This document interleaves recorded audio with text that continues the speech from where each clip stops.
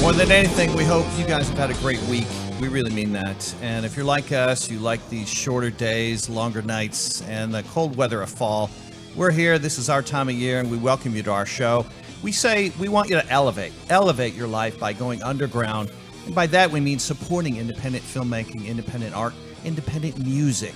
And so our guests today are right up that alley. Independent filmmaker is his title. And that is Mr. Bradley Harding. To his right is Andrew Jones, and we've also got Danny Slash, the lovely. You got my name wrong? No, it's just that we had a crazy night last night. I'm still on the recovery road. I feel like you've said my name a lot, and you shouldn't be screwing it up. I think I'm that it is so awesome having Janie Slash here. We were in Deep Ellum last night partying, and on Friday night we were in Deep Ellum at this book promotion. Right, Bradley? We were there. As my friend Preston Fussell, I'm going to get that right, Preston Fussell, this great writer who is now part of the editorial team at the new Fangoria, Cinestate/Fangoria brand, and this is Fangoria Press. Right, they've re-released this great book that he wrote a few years ago, and it's wonderful. It's very 80s grindhouse. And Preston's a great writer. He's captured the voices of the female protagonists really well. It's engrossing, and it's scary and very violent. So and everything 80s we love. Oh yeah. And I get the impression Andrew Jones loves because of all that synth music that he writes so lovely. And we're going to show the video, Mary, coming up. We will. But I'm excited about 13 tracks for Agatha. Am I singing right? To frighten Agatha Black? Correct. Okay. 13 tracks to frighten Agatha Black. Is it fair to say this is your first feature? This is the first one, yes. Made a lot of shorts. Yes. And now you're ready for the big, long movie? For the 80-minute something movie, cool. Yes. That's cool. I'm ready, yes. Okay, so, all right, so the movie is called 13 Tracks to Frighten Agatha Black. Correct. And it's in production now. Right, we're casting now. Cool. The film shoots this winter. In North Texas? Yeah, we're shooting it in Dallas. So. Totally cool. And have you put out a casting notice? We have, just recently. So, yeah, we're looking for cast and crew. All right, cool. So, yeah. Where should someone go to find the casting info? Currently, we're on backstage.com. Yeah. And you can just email me. So, is your email on your Facebook page or probably you go, Lambkin Lane also has it, I think. Yeah. Just say, probably. You can tell us what it is. My email address Bradlit BRADLIT at swbell.net. Oh, okay. So yeah, email me if you're interested in working in a micro-budget feature film that's really has a unique premise and yeah, and a great score. Yeah, and an amazing score. And if you want to give your social security number too, that might help with casting. And your credit card information. Zip codes. Right. Yeah, we need that zip code and that 3 little digit code on the back. No, I'm just kidding. All right, so let's talk about making an independent, micro-budget, maybe no-budget, low-budget film. What are maybe some practical thoughts, tips for our budding filmmakers that are watching or listening? Okay. Well, I am very familiar with micro-budget films, and I've been reviewing them for years. And I'm very familiar with the Dallas film scene as well, the micro-budget film scene, which is small but prolific. there are a lot of people out there. You need to start with a script, and that's a problem, that I've noticed. I mean, it's funny, but it's true. You can't shoot a movie on a concept. You have to have a script with 3 acts. There are many people probably argue with you on this one. I'm sure they would. I mean, I've had to sit through a lot of, really interesting movies, that had an interesting concept, but they didn't have a script. You got the impression they knew what was going to happen in the first 5 minutes only. It's a really special skill to be able to ad-lib, to be like, here's your concept and just go with it. Like, you'd have to be very skilled and very talented. I think it'd be very hard to pull off. I mean, I know it's been done and tried, and some people have done it successfully, but more often than not, I haven't seen it done well. Yeah, you don't really want to sit through a micro-budget horror film where people are sort of stumbling over, their words. And more often than not, it turns out that the characters are just antagonistic because nothing's going on. So everyone is angry at each other, Well, so before they're killed, before they're knocked off by the scary, slasher guy that.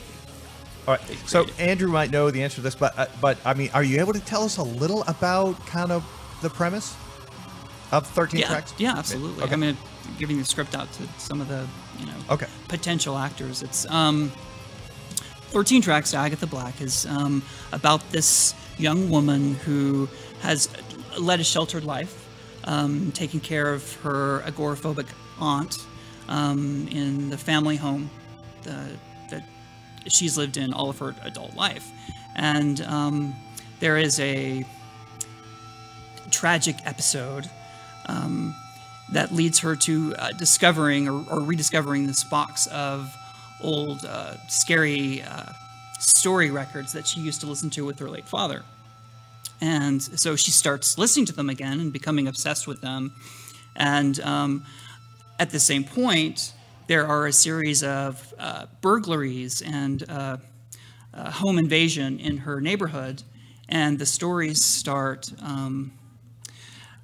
mirroring the crimes in the neighborhood, and telling her, like giving her pieces of key evidence that is involved. And eventually they lead to this spooky house down the street and the inhabitants of the house. And that's pretty much where I can't say any more, but it's the story component is very important. Yeah. The audio component's very important. That's why Andy is here. Got it. So she's basically listening to these stories throughout the film, and they sort of comment on the action. And are they actually speaking to her, or is she making that up? Right. I mean, they're speaking to her at some point, and they're at the beginning they're rather benign. They're these childhood stories, the fun horror stories that little kids would listen to in the 50s, 60s, and 70s. But they start out benign, and then as the movie progresses, they become more weird and more violent and hopefully terrifying. Is she listening to them on vinyl? Yeah, well, at first she listens to them on vinyl, but she becomes obsessed with them. She puts them on an iPod, and eventually they take over her life, and she just hears them in the real world. So. And that's Agatha. That's Agatha. Okay. Yeah. And so she's not sure if it's like you said, Andrew, voices, or if it's the real thing, or if she's somehow involved or what have you. Yeah. Cool. Yeah. Did you are those the inspiration? These are they, yeah. We brought some albums that sort of influenced the kinds of stories that she's listening to that were big in my day.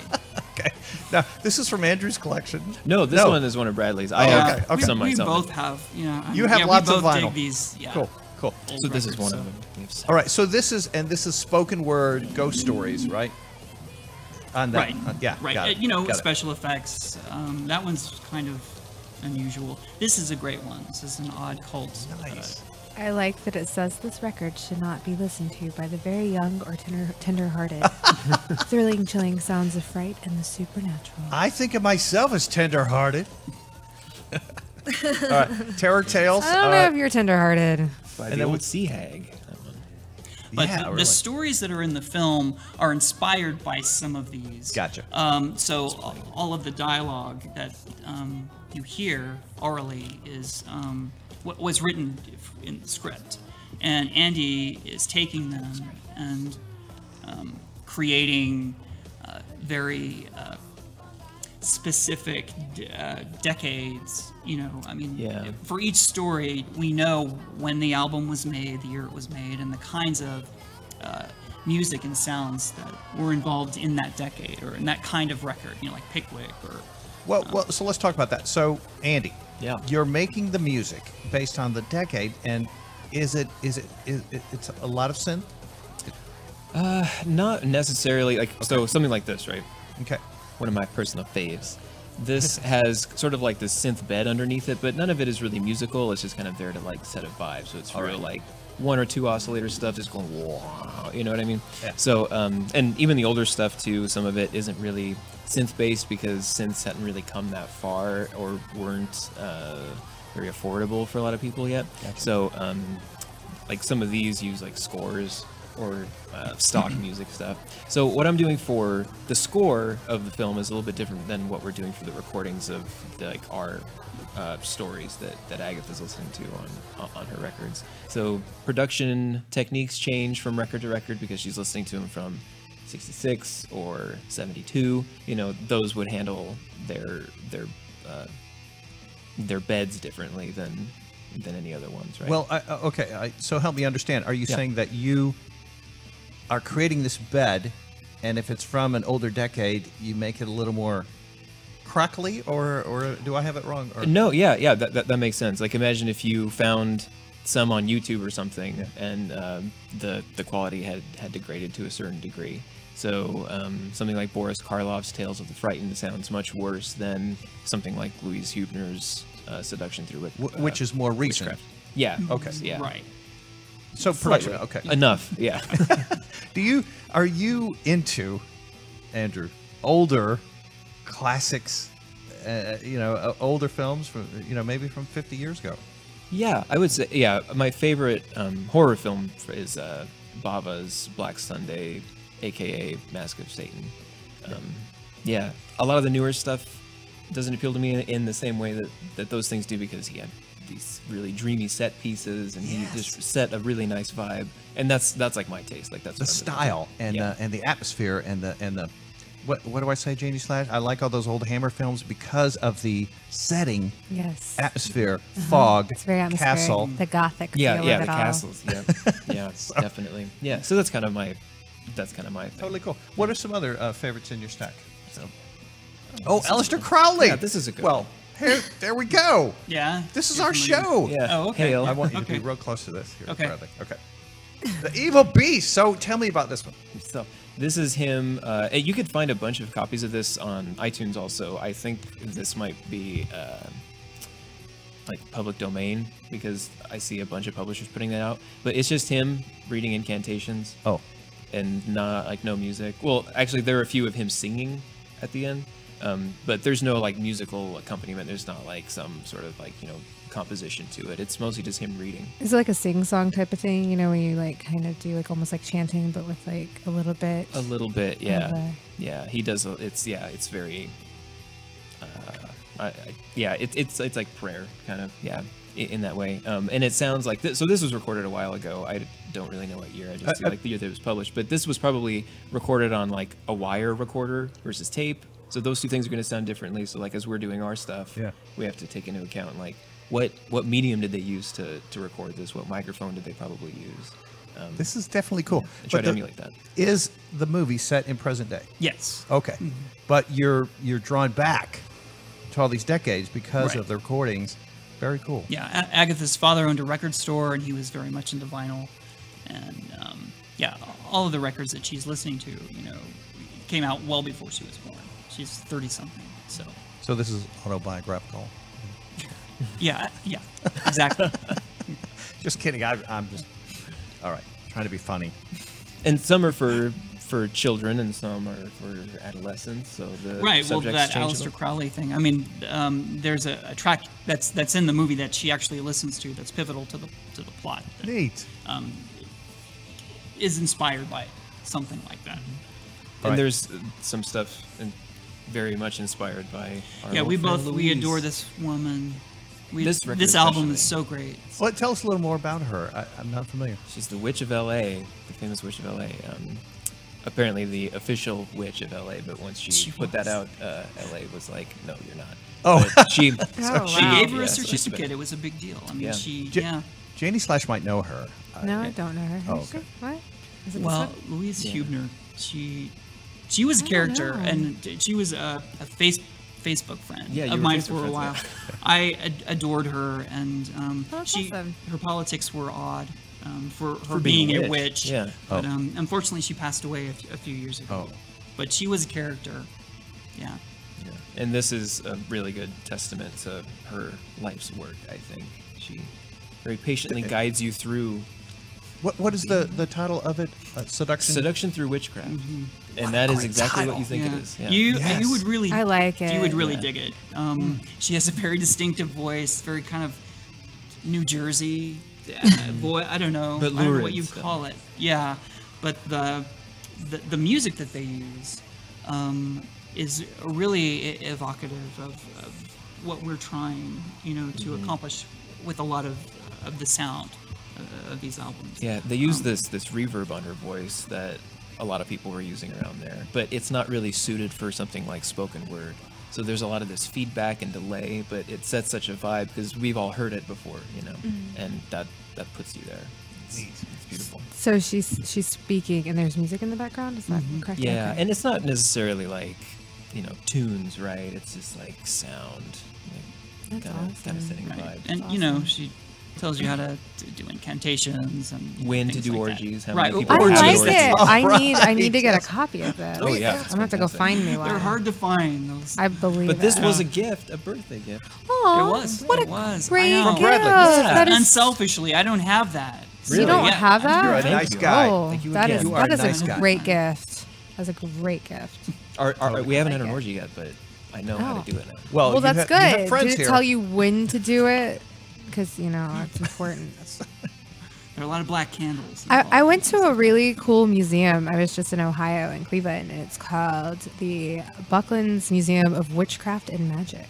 And they had a bunch of different types of, Aleister Crowley's wand was in there, his Triton wand, and they had a demon in a box, and they had a bunch of pictures of people that were very important to Wicca and witchcraft over the years in there, and just different artifacts that different people have sent in. It was really I bet amazing. Louise was there somewhere. I think there was in Consider the it. corner. I think there was a picture of her on the wall, or there was something. I remember because I remember her name coming up, that's what made me think of it. But I don't remember what it was. It was a picture or something she sent in, because there was this guy. He was credited for bringing Wicca to America from Gerald Gardner from England, I believe. And so he was credited for that. And so he has he started his own coven here. And so he has all these amazing artifacts from people that were huge in Wicca and witchcraft that they've sent into him because they highly respected him. I didn't know that was in Cleveland the last time I was there. It's I did not go amazing. there. I would have. Well, it used to be in at one point it was in New York, and then one point it was in New Orleans, and now it's in Cleveland, Okay. in the Tremont area. Very nice area. Lots of great We- coffee shops with record stores. That We had a little snippet of a girl saying that's satanic, so that we just pop in the show sometimes. It Oh, just cracks me up. we should do that. We Yeah, should pretty much everything we're gonna say tonight, I think. Yeah, Yeah. End that's up being satanic. satanic. But yeah, if you go to Cleveland, check it out because the owner, I guess the curators, Yep, that's satanic. the curators are Do amazing. people enjoy this? Yeah, they do. We enjoy Satanism. Yes. Be quiet over there. But yeah, the curators are amazing and they're very knowledgeable and they can tell you everything about everything in there. So check it out. rad. It's only $5 to go in. It's small, but it's bargain. amazing. Yes. $5. Totally I cool. think it should be $5. All right, so we're talking about making independent film. So I've got kind of a specific question and then a general question. So specific would be they're making a cell phone call. Do you use the newest model cell phone, or do you use an old flip phone, or do you not have that scene at all, or Well, I think it depends on a lot of factors. The character, especially. I don't know if it's a period piece, probably a flip phone. If it's from 15 years ago. I would choose not to show it at all. A text. that wouldn't be my choice. I mean, if it was important to the plot, I guess I would show it a text. Would you do it with the awful bubbles on the screen? No, Oh my gosh. It's No, the worst. I I- just I watched a wouldn't. movie that did text and it would be like bloop bloop. Bloop, that's bloop, distracting. bloop bloop bloop bloop. And it'd be like sidebar screen, all these like text bubbles. And it's like, please stop. Please stop. No. I don't need to know what you're texting. No, unless it was really important to the plot. I feel like though that it's easily referenced. You could easily be like looking at your cell phone and be like, what the hell does she mean about, the party at Steve's at 5 o'clock, blah, blah, blah. It gives you a gist of what they're talking about versus having to actually read the text messages. Right. Yeah.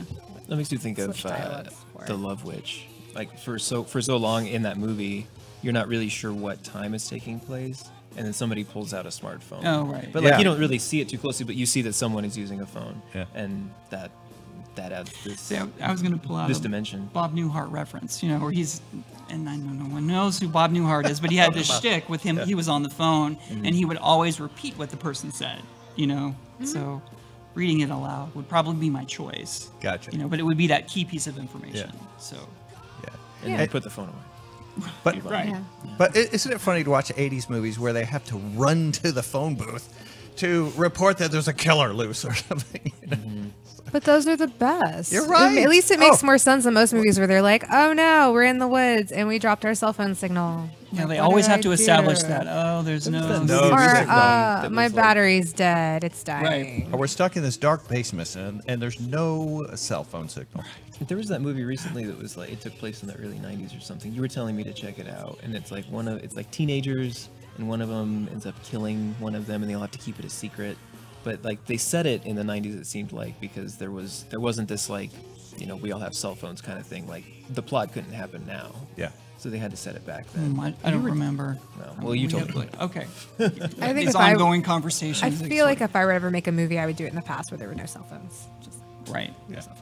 Easy. Agatha doesn't own a cell phone. She uses a rotary phone. She's a little old timey. She's a little. Right. She old rides a kid. bike. I like She rides it. a rides a bike. Yeah. She has a She's rotary. a little, yeah.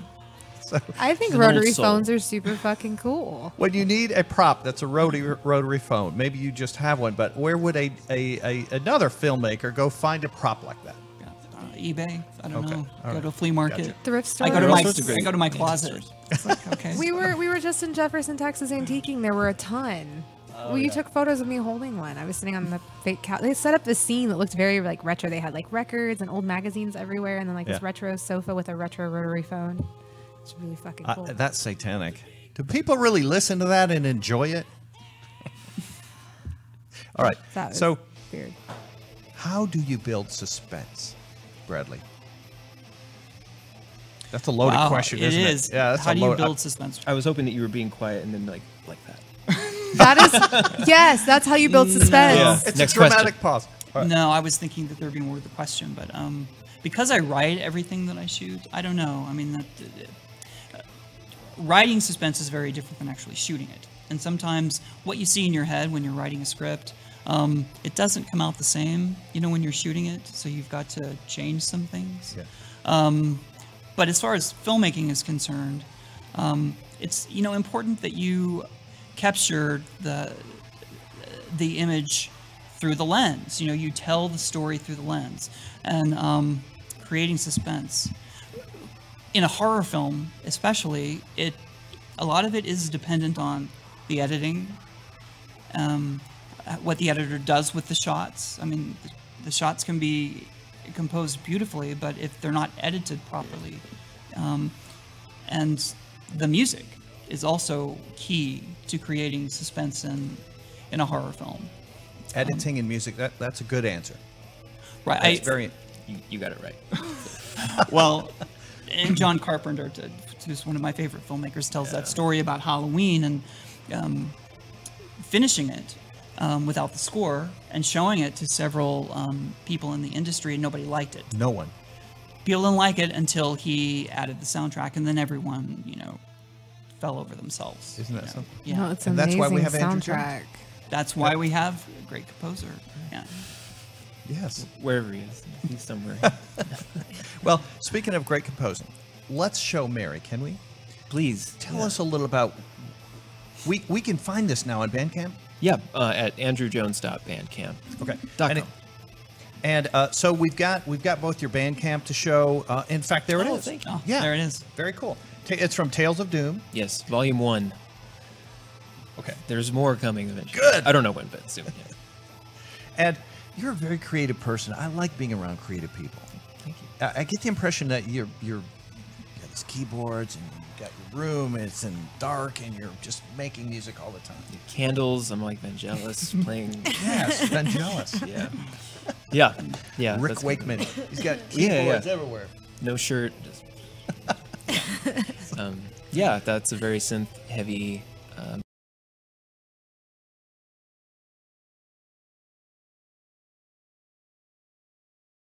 The video you used.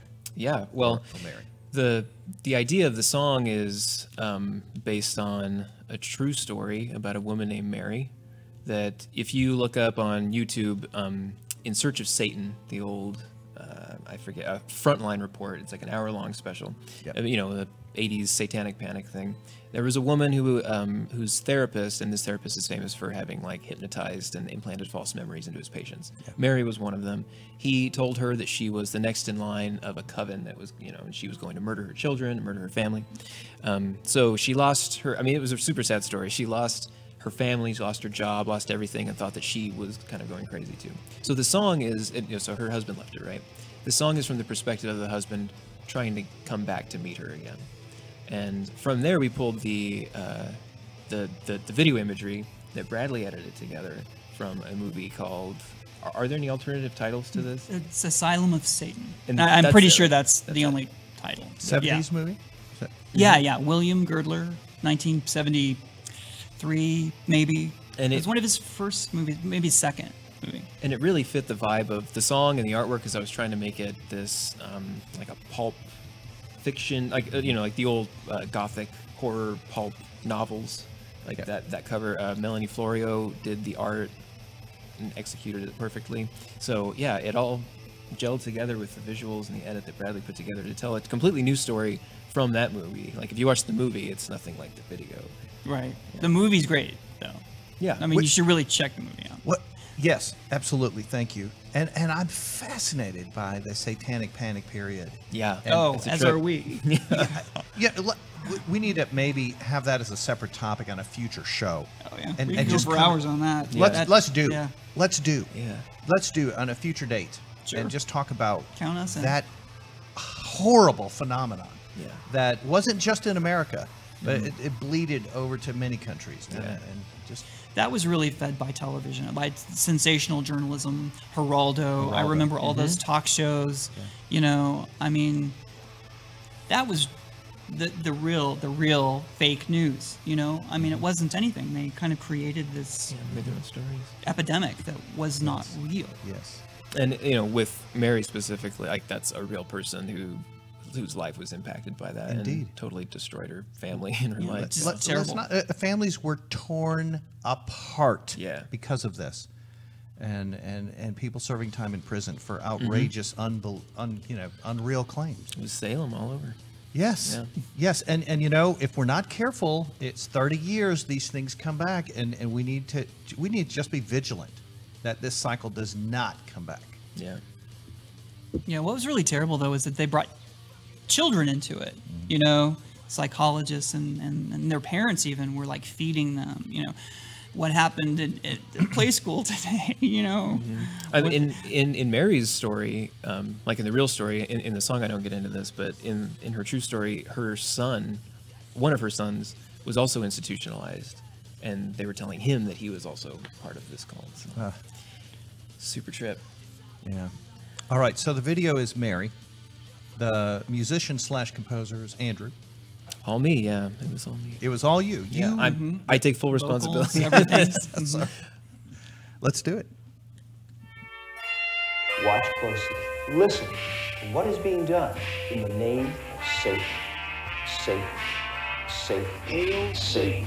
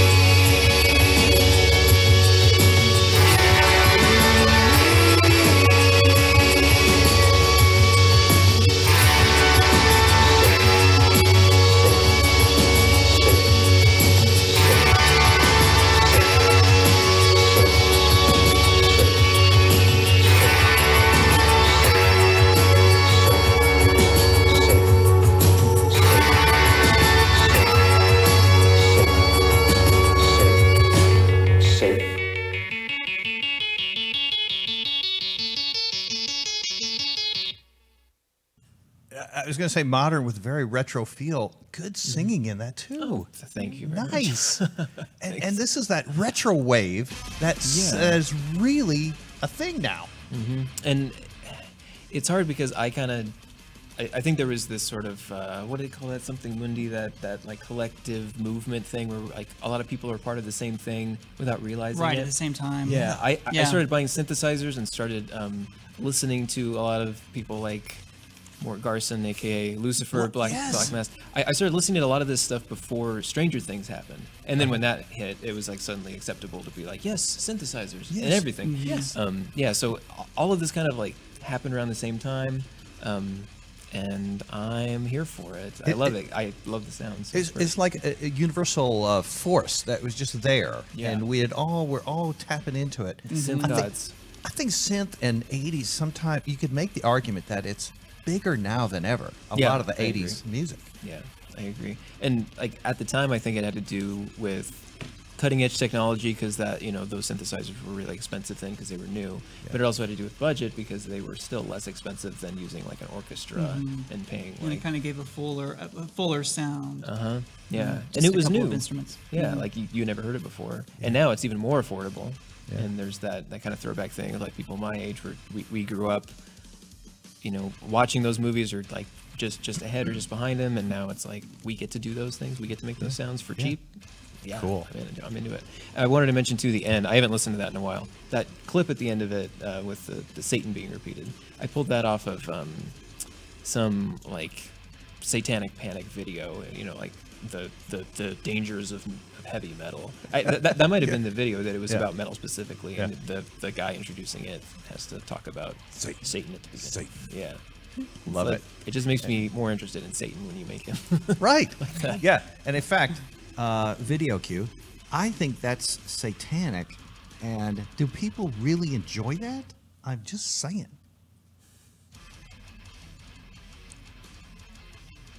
Yeah, that one. There we go. What? Do you actually listen to this? Yes, we do. Yeah, on a daily basis. Okay, so that's a little. Yeah. Okay, listen to that at work. Yeah. Well, sometimes I don't get it. Like they're like think they're talking negatively about Satan, but all they're doing is like making me intrigued by it. They're like, oh, he sounds dangerous. I think I want to go for that. Sounds exciting. And Janie Slash knows that I talk in the house. I talk a lot about synthwave and vaporwave and occult and trance and all this. I don't know, new sounds that are old. Mm-hmm. Have you heard this? Have not. This group? This is an excellent group. I have nothing to do with them, but I will always promote them because this is like the most amazing album I've heard in a while. It's like boogie. It's like kind of almost disco, but not quite. A lot of vocoder, all analog synthesizer, and it's just, it's amazing. So if you're into synth stuff, give it a try. And you know what I don't know. I'm just. It saying. is a little bit, right? Oh yeah. Look at that. I like it. It's hip. It's right now. So if you want to be hip, you got to get both. Oh yeah, feels like they go together. Yeah. almost. Our Lady of the Inferno. What a great title, right? I love the cover art. It's Yes. amazing. At the book signing and book release on Friday, he talked about the color and the importance of color on the cover and indeed in the story. Yeah. Yeah. Very eye-catching. Well, that kind of color palette, it's prevalent in a lot of the 80s, horror, Yeah. pop horror. Now, I am admiring your Texas Frightmare Weekend 2016 Thank shirt, you. This is my favorite piece of artwork from and it has Fangoria on there. I like that. Oh, it does. Yeah. Yeah, it does. There it is. Yeah. And so 2019, we chatted about this briefly. Bruce Campbell. Already, it's very exciting. I know we're just getting started. I'm sure, right? Yeah. Yeah. Lloyd always outdoes himself. Lloyd Cryer, the king of Frightmare. Organizer and Organizer. And Yeah. Jeffrey Oh, here we go. Combs. Here we go. Yeah, the look for that. Reanimator guys are coming this year. And the new Michael, yeah, Awesome. Kathleen, yeah, And Tim Curry. That's who surprising. was just amazing.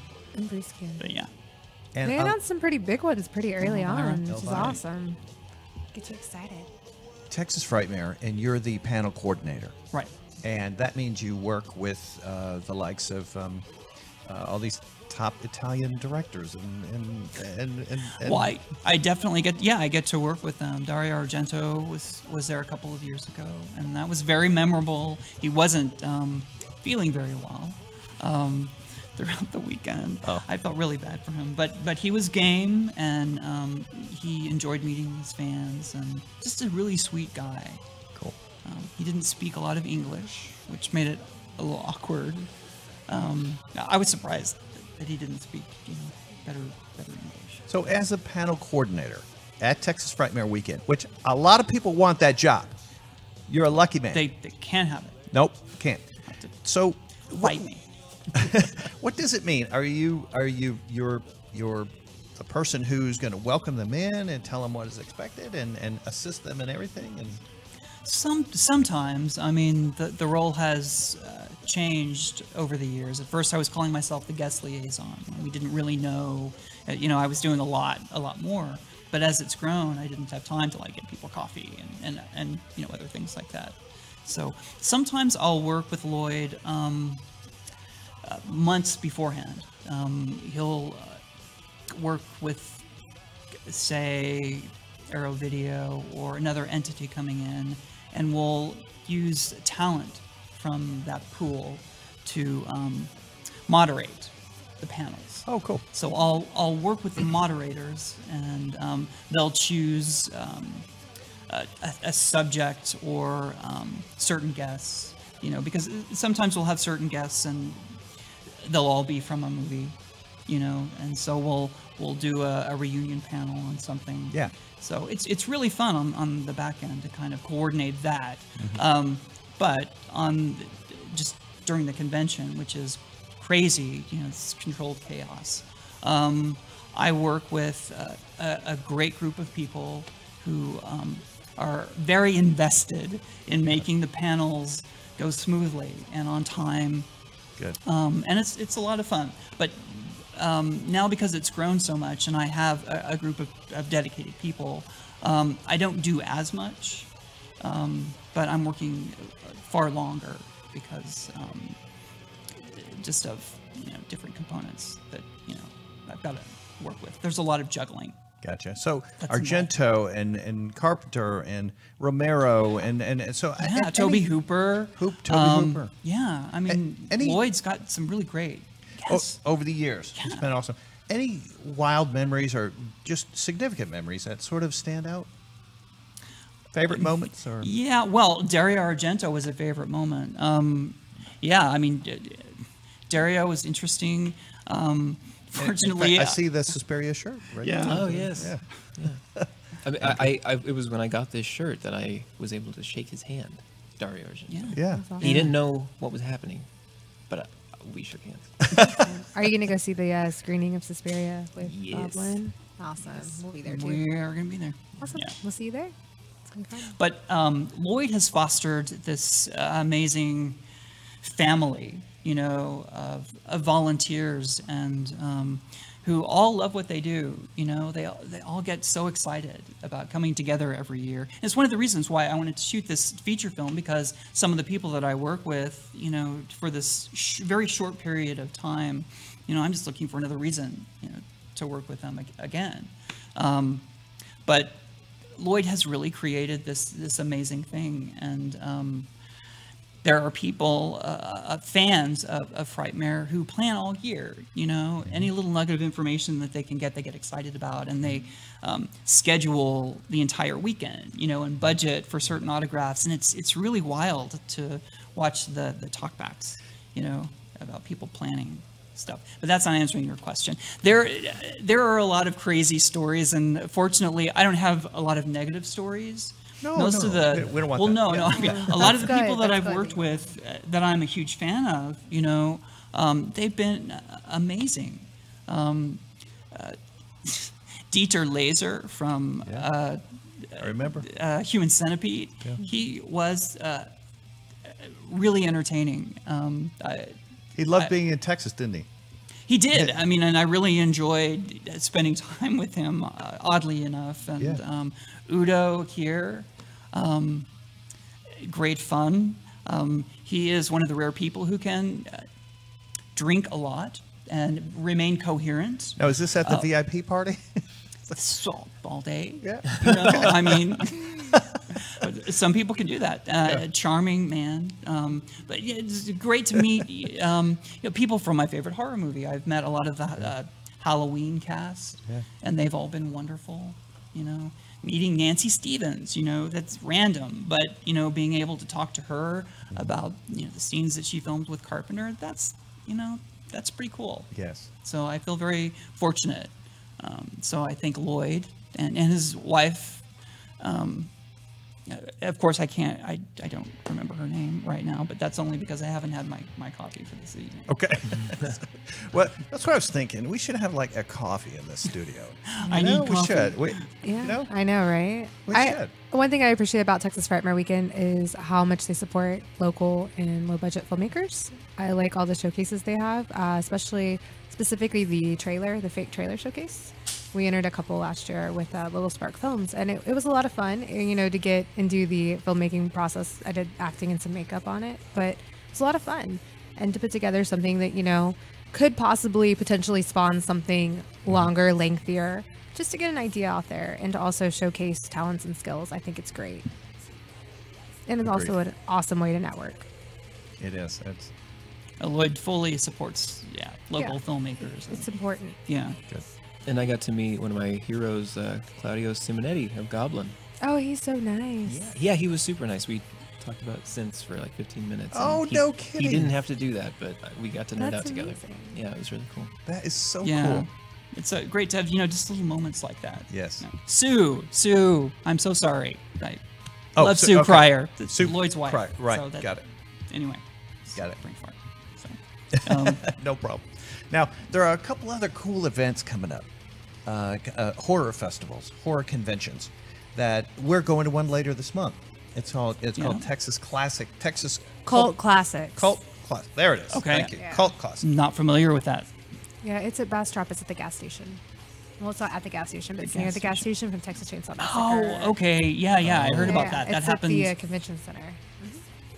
That happened recently, right? Like 2 or 3 years ago. They moved the gas station. Yeah, Okay. yeah, to Bastrop. It's pretty cool. Have you been out there? No, they have not yet. cabins. You can like spend the night out there, and they have Okay. barbecue there, and different kinds of cool like memorabilia, and you can buy all different kinds of horror things, T-shirts, action figures. Who's going to be there? Can you show that again? I didn't get to see. Yeah, I'm Who are trying to the guests? recall- trying to recall some of the. Oh, okay. Okay. Yeah. Yeah, yeah. So From RA Chainsaw 3. from Chainsaw Yeah, 3. there's some Okay. Texas Chainsaw Massacre people. I've never met him. He's really nice. He's really nice. And then I think Caroline Williams. I just added her. I love her. She's so nice. She was at the very first Texas Frightmare, and she was so lovely. And I love that film. I love Texas Chainsaw Massacre too. So Ed Neal, And Neil will be there. He's great. Casey Orr, And Casey Crow. Yeah, see, I can't And then read some there's- of these too well. So, Yeah, I can't see. yeah, I don't WF have Bell. glasses on. On Friday night, there's a couple of rock bands playing. That's going to be real fun. And so this is a newer convention down in Bastrop later this month. So, Cool. yep. Hey, also in early, it's late October is a cool event in Denton that we like going to, their Day of the Dead. Day of the Dead Festival, and that's in Denton. Okay. Well, So- where this guy's from? So. Yeah. And so there it is right there. And have you attended Cirque du Horror, Andrew? No, for living in Denton and all the stuff that there is to do, I'm always in my studio. If it's not like my stuff, I'm working with other bands. So if it's the weekend and there's stuff going on, it like flies over my Cirque head. du Horror is actually really cool. It's a family-friendly kind of horror musical where the orchestra is like the band is actually incorporated into the play itself. Yes. It's really neat, and it's like live music playing, and then you have the actors come out and sing, and they work on it. They work really hard on it like all year round, I believe. So it's really neat. I know they have like a race thing, don't they? That's like a component, like this Yes. street race thing. Go-karts. Casket races. Yeah. Not go-karts. Not casket go-kart. races. Casket races. One guy tried to talk me into getting in his casket to race it because his racer bailed, and I was gonna do it until he mentioned there were no brakes and I had to use my hands to brake, and I was like, I'm not doing that. I like the Yeah. skin on my hands. you Like, you I'm go- not Not a gonna- good idea. You're supposed to grab the wheels. I was like, yeah, this isn't- I've seen too many people Pass. crash. I'm like, I don't want to go into the hay bales. I'm good. I pass. There are creative Yeah. caskets, and they're sort of like a go-kart. They're not motorized, but you go down a slight incline But you or think you mean decline. like a boxcar? Yeah. Yeah, not go kart. and boxcar. and at the end, most of them just crash into the hay bales. So it's cool. But it's cool. fun. Yeah. And Cirque du Not so Horror much is if you're fun in about the. it. In the car. You don't really want to get hurt. Well, That's what might you're be already in scary. the casket if anything goes wrong. Yeah, True. it's true. It's true. This casket was beautiful too. It was amazing. But I was like, no, I'm good. You're As much already- as that would be an amazing photo op of me like falling out of it screaming, I'm good. it would. Yeah, that'd be the Yes. thing that would make the front page of. Yeah. Do that again. All right. That's Now, also my metal face. guess what is coming up at Texas Theater on Tuesday? It is called Texas Terrors, and it's independent filmmaker film fest. Really? And I didn't guess know whose that. film is there? It's Natasha's from Fangoria, Really? Yes. Okay. She Wow. I just met Natasha. She's lovely. isn't So, she? yeah. She really is. So I didn't know she was a filmmaker. Oh, there it is. Yeah. Okay. Texas Terrors. It's this Tuesday at the Theater. Texas Theater. Yeah. Okay, the Texas cool. Theater. So Yeah. I'm yeah. pretty plugged into Texas Theater. I get their email blasts, but I didn't see that. So I forget the name of her short. It's like Road Rash or something like that. Road Kill. Road trash. Yeah. There Trash. it is. There it Okay. is. Okay. So that's Natasha's film. Isn't that Awesome. cool? Yeah. Yeah. I had no idea she was a filmmaker as well. Look who narrated it. Heather Langenkamp. Wow. That's okay. awesome. You probably met her on panel. I have. Yes. Yeah. Lovely. Isn't she? Yeah. Funny. So- Very nice. Anyway, so we wish you the best, Natasha. Yeah. And I hope you kick butt at that Tuesday. cool festival. Yeah. Wow. I'll try to Tuesday. make it. Tuesday. She's busy casting and going through reels. to Right. know Well, anything. probably. All right. The big movie out at the moment is The Nun in the horror genre. And we found a copycat movie called The Bad Nun. The Yeah. Bad Nun. Because the real nun is Not bad. bad enough. Not bad enough, I No, guess. not bad enough. So Was that one of those asylum films? No, it's actually not Asylum. I was shocked This because is- I was I talking love to this him movie. because I was bored and I was looking through the red box and I saw it. I was like, oh, I used to work at Blockbuster like way back in the day, and I remember all those fucking like getting bitched at so many times because people would rent them and they'd be like, it would be like, I think the big one was whenever the Zodiac Killer came out, and it was Uli Lomel or however you say his name, Right. made one, and everybody would rent it thinking that they like got fucking lucky. They're like, oh, Blockbuster put it on the shelves early on accident, and then they come bitch at me when they realize that it was not that movie. So I get really excited when I see them, and I'm like, oh, it's $1.75. Fuck it, let's see what it's like. It was really bad. Yeah. It was worse than The Nun. It And was worse than it that? was It's the bad nun. Oh, it was so. Oh, wait. The It's- Bad Nun. It's really weird because they tried to make it look like, if you look at the cover art of it, it Yeah. looks like the cover art from The Nun. Well, And that's then how you- they get you. Yeah. And then you the watch font it. is very similar. It's actually, it was Yeah. not actually originally called The Bad Nun. It had a different name, like called The Watcher or something. But then they changed it to The Bad Nun, and then they released it with this cover art. I don't know. Did Jay send you the cover? I don't know if he did. I mean, Satan send you the cover art. Ziggy. I don't think know. I just sent him the trailer. Yeah. Oh, okay. Well, Yeah. too bad. The movie you'll have kinda to find sucks. it. It kind of sucks. It was really bad. It was the one with the text bubbles. Like last time, she was like texting her okay. friends because she's out in the middle of nowhere where there's no phone signal. But somehow she magically got phone signal a couple times. But you can text. The Wi-Fi is pretty good because Wi-Fi calling is not a thing these days apparently. So, like, was it the bad nun texting? No, the bad nun just talked to her through the door for like 45 minutes and offered her fucking cookies. And then, like, it's so bad. Well, wait, now tell me about. I did not see The Nun because I don't like films that rely too heavily on CGI or that have jump scares. It And seemed looked like a jump Well, scare for okay. the movie. It looked like Annabelle. For you know. I didn't see Annabelle. I didn't see Annabelle I don't either. really watch a lot of movies in the Conjuring universe, but it was playing at the double feature at the Galaxy Drive-In with the Meg, and I was like, let's go. It could be fun. And it's storming. That would be an awesome double feature. So- And I love the and- Galaxy Drive-In. And it was storming. So I was like, this is fucking perfect. We went last Friday when the rainstorm was hitting. And it was great. Great atmosphere. Lightning would like light up the sky right behind when all the scary things were happening. It was great. Great atmosphere, great ambiance. But yeah, it's terrible. It's just, I don't recommend it. I like the Meg. Though.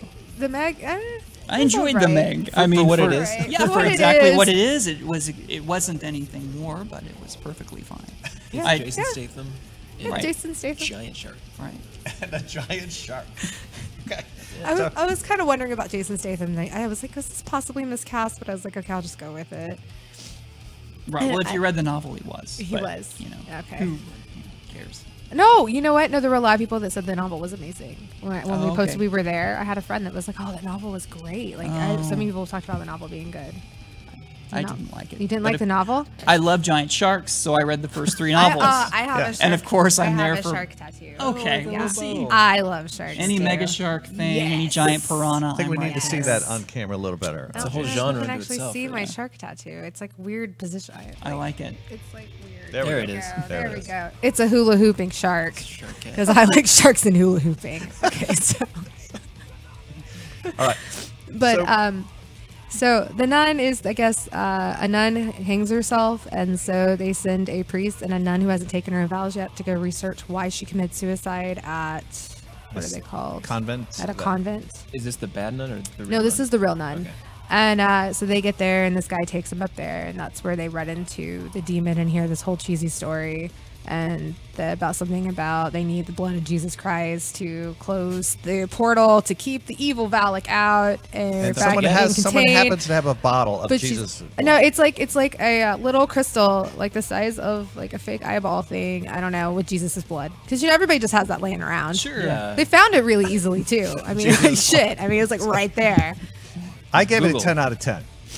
I mean, he She loves got- everything except the bad nun, so don't watch the bad That was nun. like 8 out of 10. See, I probably enjoy the bad nun on some level. I would So rather wait, watch wait, a bad So, movie seriously, than a she- mediocre. she's in this house and she's like talking to the bad nun through the door, and they're like going back and forth, and she's like, no, I don't want you to come inside, and she's like, I'm gonna leave you these cookies, and she's like, okay, thanks, and the nun goes, and then she comes back again, and she's like, please go away, and they're out in the middle of nowhere, of course, with the cell phone problem.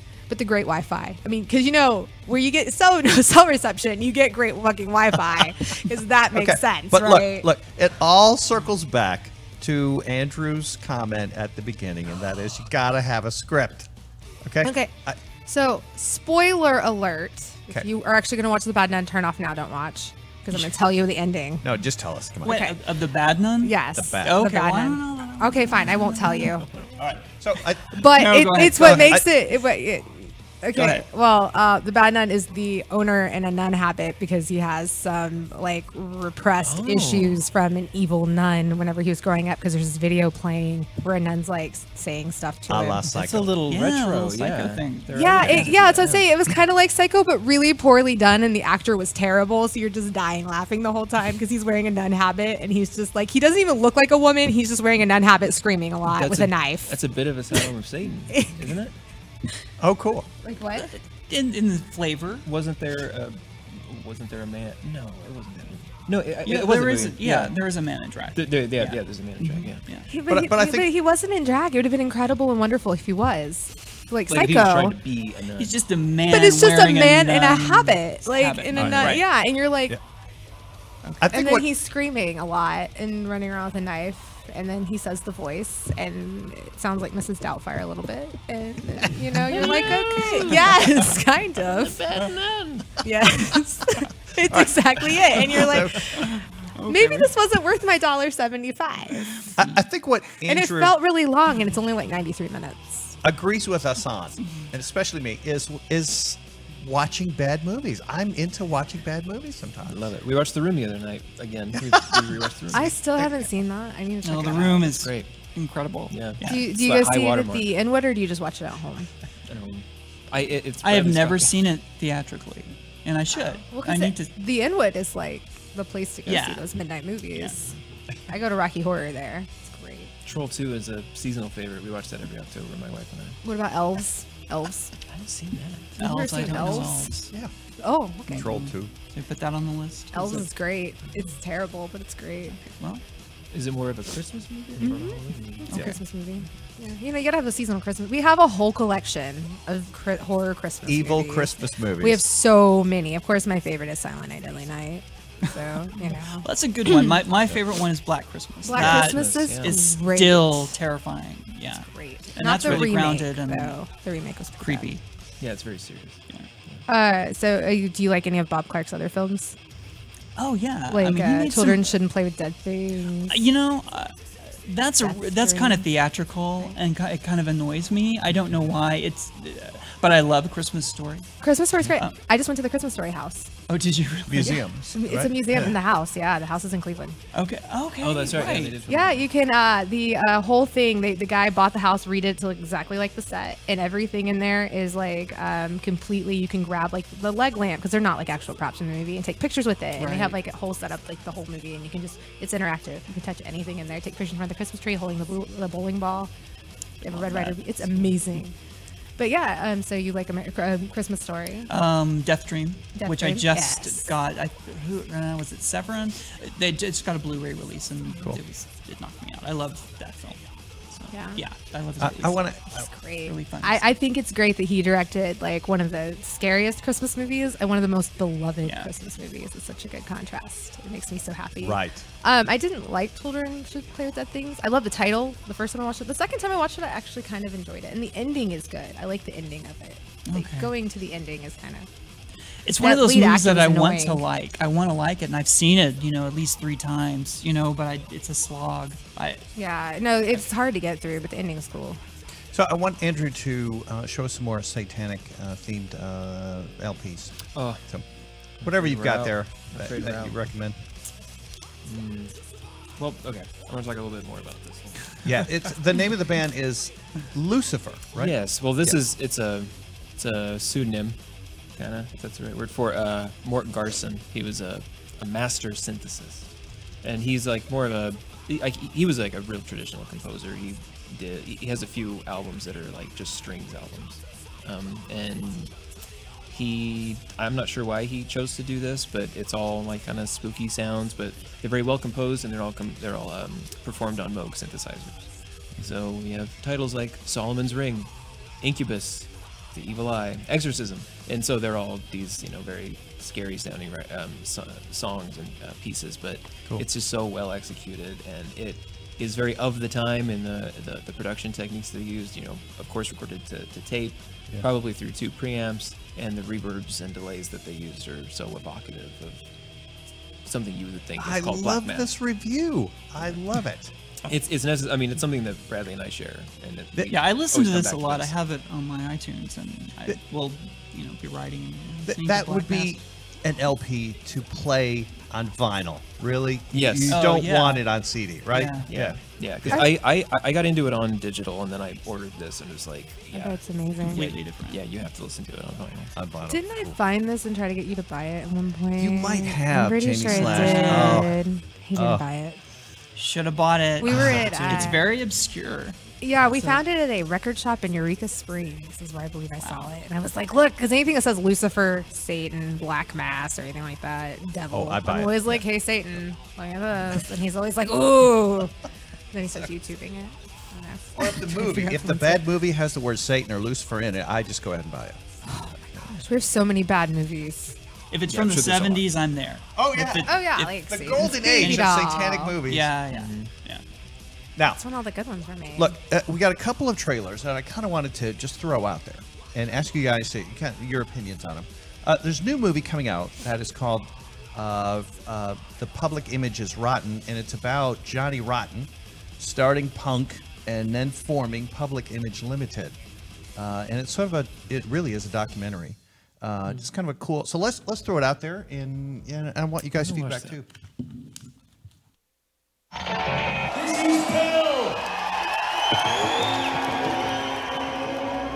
We were completely thrown into the deep end right from the start. There's not very much fun being in a band like that. Having to deal with a management was more into the sensationalism aspect of the thing. I wanted immediately to start a new band, and one that would approach it without that media mockery attached. So I used the term Public Image Limited. We started rehearsing and the songs just flowed.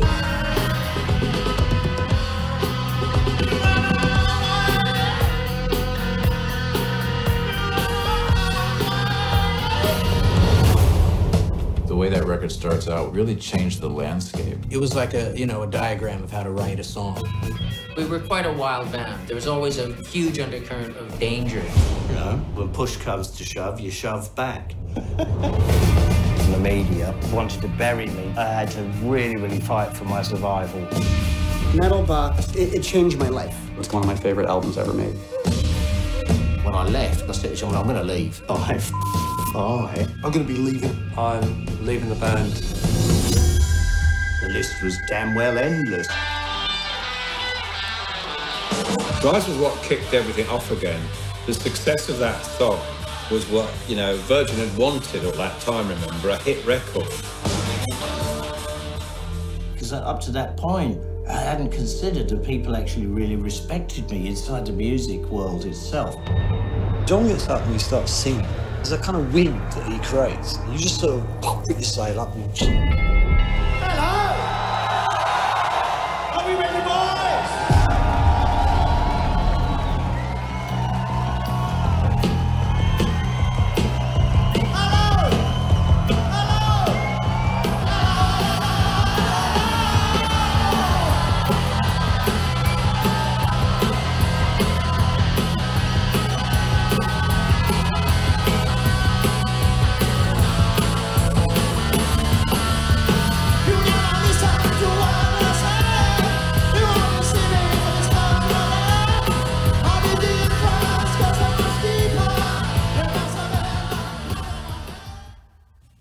Public Image is Rotten.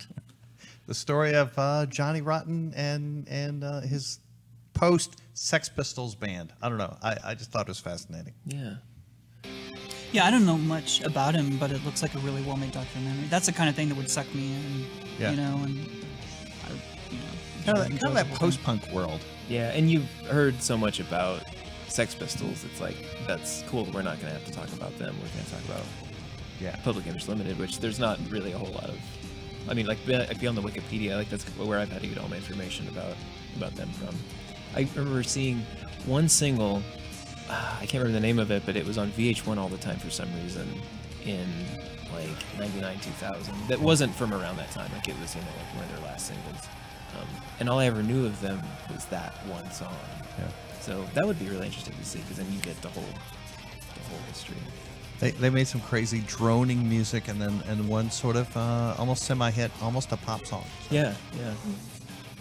The other music trailer is a new movie that's out called Sympathy for the Devil. It fits, right? Yeah. Yeah, absolutely. And so this is a whole movie about the times and the actual writing of one song that the Rolling Stones made. In whatever year that was, 68 or something, 69, you know, something like that. So, anyways, this one is called this "Sympathy for the Devil."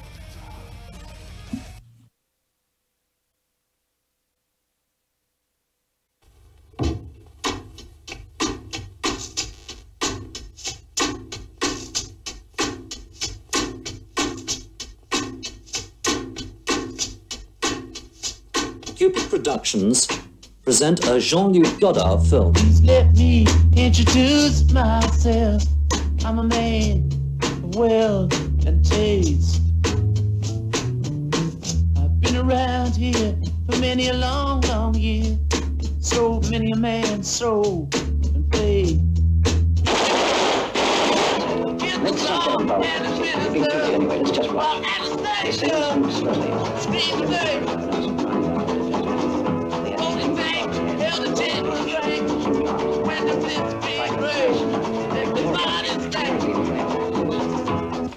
Orgasm is the only moment when you can't cheat life. Yes. You sit in your house. Somebody comes into your house, beats you up, rapes your wife, beats up your child. And you don't have to be manic to say that I hate you. And you really mean it? Yes. For the first time, this film brings together the Rolling Stones, Black Power, and the voice of Jean-Luc Godard making his first film in England. American! Yeah! I'm gonna get down. Victory to the NLF. The rights of citizenship shall be conferred on every young man whose health and character have been certified as good. Nearby, there are a lot of fools running around making noise. Who were they? Why were they there to be standing around like that? In my opinion, they must have been making a film.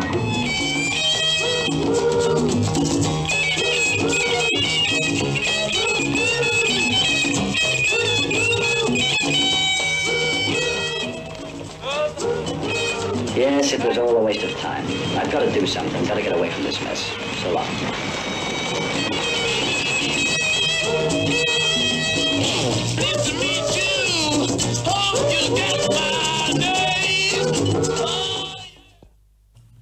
Is that the weirdest thing you've seen today?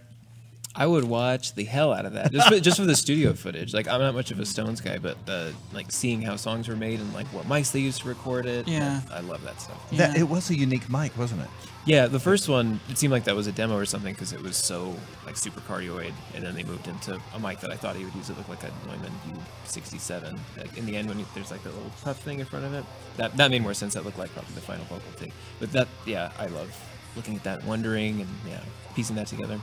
I'd watch. Yes. 10 out of 10 trailer. I heard of that movie, but I mean, is that a re-release? It has to be a re-release of maybe something it that is. made Maybe in the it late is. 60s. Yeah, Jean-Luc Godard. Of course, yeah. So but I don't know if it's back now on the art circuit or something. Okay. But yeah, I would totally watch that. I mean, that looks fascinating. It is, huh? Yeah. And then here he is interviewing women randomly about orgasms and such. It just. Yeah, like the movie aspect that they were making, I didn't know that there was like this film component to that song. Yeah, I don't know. Didn't know anything about the film other than the Rolling Stones. You know, were part of it, and I'm not a fan of them especially, but I would definitely watch that. Yeah, it's cool making. And when you sang the vocal part, I guess is the singer usually isolated in their own little phone booth, so to speak, for. Back then, it wasn't. It went either way. I mean, like, it looked like they were in that giant studio, and they're probably doing the backing vocals on the other side of him. They had those big gobos separating them. They probably did them on the other side, and they were probably using that like really small diaphragm condenser mic for the demo, because someone else, or maybe not the demo, but like the scratch vocal, because someone else was probably recording the guitar track or the bass track or the drum track or something, and didn't want to capture it in his thing, but they still needed him to perform for the tape. You're such an audio guy, man. You are. Yeah. He knows his mics stuff, are everything, and we have some good ones, don't we? Yeah, the Sennheiser RE20s, yeah. No, EVs, I'm sorry. Okay. Yeah. I'm not sure what the brand is, but... Yeah, EVs, yeah. Thank you for endorsing our good equipment here, so... I know, Janie Slash, that was crazy, wasn't it? Both of those. I know they're music related, and I'm just fascinated. Sorry, by, I didn't know what you were talking about. You were vague, so I was like, huh? My fault. My fault. Yes, I'm both of them fascinated look by great. movie related documentaries and films, and there we have, you know, it's look, like you said, the Johnny Rotten film, the Sex Pistols were around for 2 years. Yeah, there's so much information on them. Yeah. But then Pill has been around now for a couple of decades. Yes, they did have a hiatus period, but you're right. But then there was not so much about his post Pistols band. Didn't he quit going by Johnny Rotten? Yeah. Doesn't he just go by John Lydon? Yeah. That's what I thought. Yeah. And they're coming to Dallas later this year. I think at the Granada, or it's coming up. Perfect timing. Yes. Very coincidental, I'm sure. So yeah, with the new film coming out. So, all right, we just I appreciate you telling us, sharing with us about the craft of making art and putting together a film, which I know has got to be the hardest thing in the world, especially a full-length feature, because you've got to rely on a lot of people.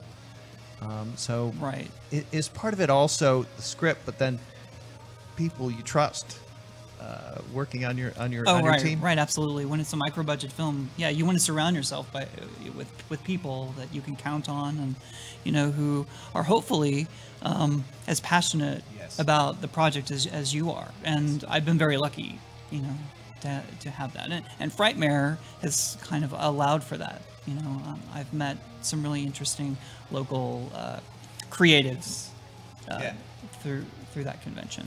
So were you kind of implying that the people in your film are fellow Frightmare co-workers? Or volunteers? No, some of them, yeah. Okay. Yeah, some of them. And I want to give a shout out to Lisa Lafayette, who is helping me with casting. She's this great actress. She's the voice of Frightmare, a really great actress. And yeah, she's helped me a lot with the casting component of this, which is cool. It's kind of new to me, reaching out to professional actors that I don't know. So that was a little daunting. But you've had really good feedback, though. I mean, I've been looking at some of the reels that you send of people who have a lot of submitted. Local actors were very excited to be a part of an indie horror movie. That was a surprise to me. Isn't that a great and rewarding and refreshing to hear and see that? Oh, absolutely. Yeah. That people love the genre, and like you say, there's a passion there. Yeah. I mean, we're still. I posted the casting notices maybe a month ago, but I got so many. I mean, we're still going through reels. So wow. Yeah. That's great. Yeah. That's fantastic. Can I just ask, when you do that, does the potential actor, actress have to then? What do you request of them? A short, a sample of their work, and then a mini intro. See, I had no idea. You know, I didn't know. But because we live in the future now, this website, Backstage, which is excellent, right? Which was a physical magazine, and I'm sure it probably still is. You know, for the longest time. Now it's just an online entity, and so actors and actresses, actors, you know, post their information. So once you join Backstage, you have access to their information and their reels. Okay, gotcha. So it's all there. If someone is new, they don't have a reel. Right. What you still consider them, or are you? Well, yeah. I mean, they would have to have, you know, an interesting sort of resume, all right, or a look. Sure. Gotcha. But it's so much easier to see them. You know, the best work, you know, or the best work that they, you know, think. Very cool. They've done. So. What's kind of the time frame? A year and a half, for 2 years? What for making a feature? It just depends on the production. Fortunately, I don't have a deadline. I've given myself sort of a month to 6 weeks to shoot the whole thing, because of the budget. It's important to, for me, it's important to schedule it like that. Yeah. But it can take a year. It can take 2 years sometimes. But it depends. Sometimes a studio will, you know, greenlight something. More often than not, a sequel. You know, and start with the deadline. Okay. You know, Yeah. and put the film together in 6 months. Gotcha. You know, what Jaws: The Revenge was put together in what, 3? I don't know. That was 3 months. The Revenge. Something like that. It was a very short. Yeah, you know, What? they started with the deadline. You know, this is Yeah. when we went to release the film, summer of what, 87. So it's almost like quality doesn't quite matter. Just meet the deadline. Right. Yeah. And if you have the money, I mean, you can turn things around pretty quickly. Yeah. Doesn't mean that it's going to be good, but What did we watch? Jaws 5? No, the fake Jaws. Fake Jaws? It was like a ripoff. Yeah. oh yeah, the Texas Theater. In Texas I was Theater, there. yeah, that was Alligator. nice. It showed with Alligator, With which Alligator. is a great movie. Alligator was so good. It's really good. John Sayles, that and Piranha. He wrote both of those. Really funny, really great. What was it? films. Jaws 5. What was it called? Cruel Jaws. Cruel is what it was Jaws. Thank called. you. You know, I actually enjoyed it. It was terrible. I had but to. I had to laughed leave so because hard. there was at so some of much the footage from other ridiculousness. movies that they Oh, yeah. kind Yeah. of stolen. It's like and you'd seen it. Right, it did. It felt like I'd seen it. They took a lot I from Great stayed White. for the and- terrible dialogue. The terrible. Oh, whenever like they all fell in and got eaten by the shark and they didn't save them, it was great. They like all fell off the pier. There's that great scene in Alligator at the funeral that just falls apart because the alligator's eating everybody. Oh yeah, the wedding. Or at the wedding, end. wedding, Yeah, Yes, yeah. the wedding. That's and so they all great. get in the car and drive away, like, and they're like, ah, the Yeah. alligator like gets in, like, doesn't it get in the limo or whatever? Yeah, and, well, he like, has to kill the bad yeah. guys. Kills the bad great. guy. Like the alligator Has- knows, like, I know the bad guy. Yeah. is. That's the Yeah. bad Get guy. him, we're gonna go to that wedding. Comeuppance. The guy with the black and white suit and a nice bow tie. He's got to be the bad guy. Right. That's funny with Cruel Jaws. I had to draw the lines. Like I was bored. You know. Yeah. And- I can see how you would enjoy it. I'm not saying it was I- a good I movie. I'm respect just your right saying to that walk out, I man. thought it I was funny. totally understand. Yeah, no, I respect that. it can yeah. be anything but boring. So It I had did to lag leave. a little, but there was some really. The ending was ridiculous. It was just ridiculous. How can people find your shorts? A lot of them are on YouTube. Okay. I don't, Okay. I Do you don't think have I like a anything on YouTube Vimeo, channel? but Or? I do. Yeah. So Bradley Harding. Sure, Bradley Harding. I don't know. Cool. Okay. I'm pretty sure it's under my name, Bradley Harding, the YouTube channel. Okay. Guess what? We have a cool sponsor. They're called. They're called Go ahead. Corpse Factory. Yes, they also have a big, huge booth every year at Frightmare. Isn't that They had a amazing? huge booth at Frightmare. The Corpse Factory. Cool. Yeah, they sell clothing and accessories. I miss all that stuff. You know, I'm really busy. During You're working. Frightmare, Yeah, so you're working. You're I doing hate cool that. stuff. I hate that. Yeah, they sell awesome horror clothing and accessories for Cool. both men and women. They have I'm sure I've purses met them. I just- and action figures and cool stuff. Ooh, and Eddie. Yeah. Yeah. So you can check them out online, and they're also on Facebook. So Cool. if you need a Cleaver purse, like just hypothetically out in, Facebook land right now, or any type of awesome badass accessories, they sell Alchemy, Creepsville 666, Living Dead dolls, Rock Rebel, among many other brands. I know they've got some new stuff they're adding, and they'll be at Cult Classics, the I bow think. or the tie. That's Oh yeah, they'll be at Cult Classic. Yeah. So it's corpsefactory.com. Yeah, is this website. I got my hair bow and my awesome Goosebumps t-shirt Oh yeah. nice. that glows in the dark from them. So they have that stuff too for sale. We love Corpse Factory. Thank you, Corpse Factory. Sponsoring the Corpse Paint Show, so it goes. It goes. Oh yeah. Corpse and corpse. They have a factory. Corpse, We have perfect. paint. Something about corpses. Yes. Perfect. Match made in heaven. I love all the albums you brought, Andrew. Totally cool. Me too. Yeah, they're all Totally. fantastic. Yeah, I and agree. they're all, if you wanted to sample them or something, they're all on YouTube somewhere because they're old enough. But yeah, seek them out for your next Halloween party. What bizarre question here? How many turntables do you have at your house? I only have one. Oh, okay. But that keeps the listening sacred. Like what gets the turntable today? Gotcha. Yeah. Yes, it's kind of a ritual. Absolutely. Yeah. It is, and that's the way I've always been as well. Even if it's a CD, the ritual is pulling out the little booklet, reading every word, Right. that tiny artwork. print. He saves every piece of the CD. Like if there's an insert or something or a sticker on it, he cuts it off and saves it in the CD. So I can't It's open important. any CDs. I'm scared to open them because I don't want to lose anything. Because he knows. Like it could be like 2 years and he'd be like, "Where's that sticker?" I know it was on the cover. It said best album there was of a Super Saver 2012. sticker on this. Yes. And don't you love getting a release sometimes, and maybe you think it's a single, and it turns out to be a double, a double disc or something, and that's always a pleasant surprise, Yeah, or if it's an import and you get that little slip on the side that has like the and you have to keep that as well. Yeah, I should have brought it. I had the reissue, the re-recording of the Evil Dead soundtrack, and that had a bunch of cool stuff like wrapped on it that like I kept. Awesome. Yeah. Evil Dead has a lot of really cool like reissues of their movie and things like that. So many different awesome versions and then albums and merchandise. Put on your headphones for a second, because we've got some weird synth going on here right now too. Might ask Ziggy to crank it just slightly.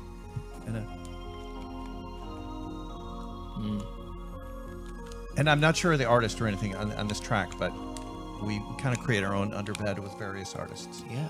So it's nice. I dig it. It's kind of got that Andrew Jones feel, just a touch. Anyways, I love it all. Oh, that's nice. And this show also is about metal and horror, and so we also go together. Let's talk metal. Let's talk metal. We love going to the extreme, and we support a lot of extreme metal acts. And we had a guest recently who's writing a book about Rotting Christ, which is an extreme metal band from Italy, right? Yeah.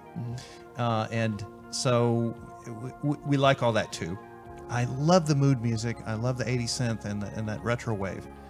We also love crunching guitar. Yeah, like that. I mean, especially I think early 80s. When did Death put out their first one? Was that 80s? Must have been very late 80s or early 90s. Or sorry, not Death, Venom. Oh, that would have been in late 80s. Yeah. Or ish. Yeah, you're around there then, because it's still in the 80s. Yeah. Yeah, super crunchy, poorly recorded. Yeah. That's like the hallmark of real Death. Yeah. Dark Throne. It's got that very poorly recorded vibe to it. Yeah. So what do you think about like stuff like Cradle of Filth and Dimmu Borgir that's like way more clear and produced? Like I still like it. Yeah. I it's kind of a cliche, but I really do kind of like it all. I do. And even some old favorites that are more progressive, older progressive rock bands, Black Widow. Black Widow. And there's this whole movement now of not so much this band, but these doom metal bands that are in that satanic imagery, satanic names, and such. Yeah, yeah. I don't know if they're really in Satan, but like Thou, I really like Thou. They're a newer one. They kind of classify them in like a sludgy thing too, but they're great. Yeah, cool. Yeah, there's a lot of that sludge metal, and some of it I'm into, but others it's just too slow. I feel like if I can go make a cup of tea between the between the beats, it's just too slow for me. Yeah, it's like Sleep or something like that. It's a little too slow. But it's funny. I think we saw them in Denton. Yeah, we did see them at 35 Denton. Yeah, like a couple years ago or last year. Like that wonderful festival that is now no longer. Yeah. There's a lot of Denton festivals that are no longer. Yeah, a lot of Denton venues that are no longer. And venues. Why is that? I don't know. It's kind of a different scene. Like I came from Colorado, and so I'm not used to things here really, and was surprised at the way that it worked because that's not what I'm used to. I'm sorry, we got to wrap it up. Oh. Thank you for being here. Let's talk. Thanks for having us. Yeah, thank you for coming out. It was great having both of you. Like I said about the 70s, the glory days of Satanic Panic. Yeah, Satanic Panic. We would love to. And we got to come back when we're done.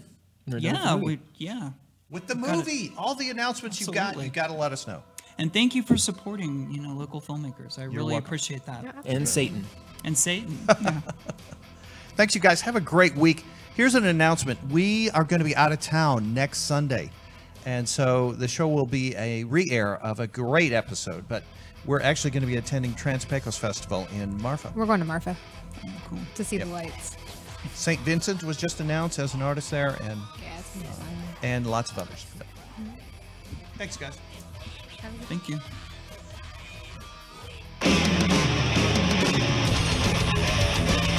Yeah, the Cook Face Show every Sunday, we're here live. We're going to give you 90 minutes of live, great, irreverent shit. And also just talk about Satan and talk about movies and talk about metal and talk about Jenny Slash's weekly dose of horror. Yeah. Texas Frightmare Weekend. I am here with Dee Wallace. Don't stare at my boobs the whole time. Sure.